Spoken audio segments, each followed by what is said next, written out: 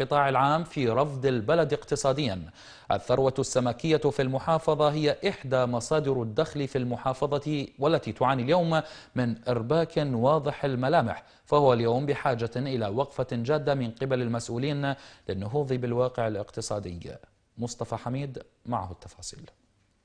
ألا إن في الآونة الأخيرة قد شهد هذا المنتوج في إعداد الأسماك المختلفة غير المستوردة، لأنها تعتبر من الثروات الوطنية التي يمكن أن تكون مصدر رزق لفئات غير صغيرة من الناس إذا حسن استثمارها.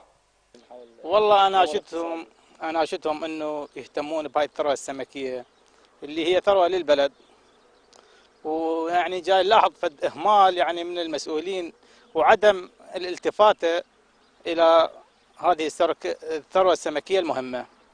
يعني ما جاء لحد الآن ما زارنا أي مسؤول من جماعة الثروة السمكية لحد الآن.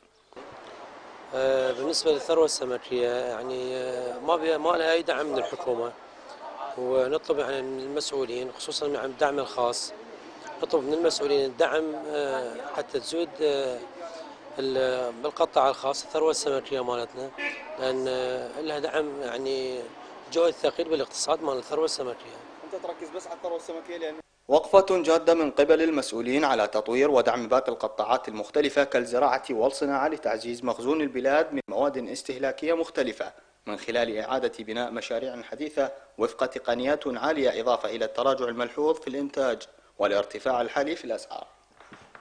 ماكو أي دعم من قبل الحكومة للثروة السمكية حتى نستطيع أن نطور الأحواض أو الأقفاص الموجودة حاليا أو الصيد الموجود.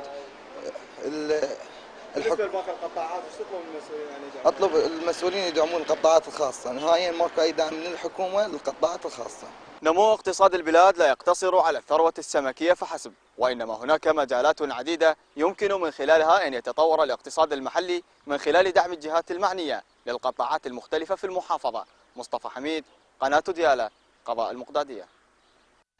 عراقيا بعد الفاصل.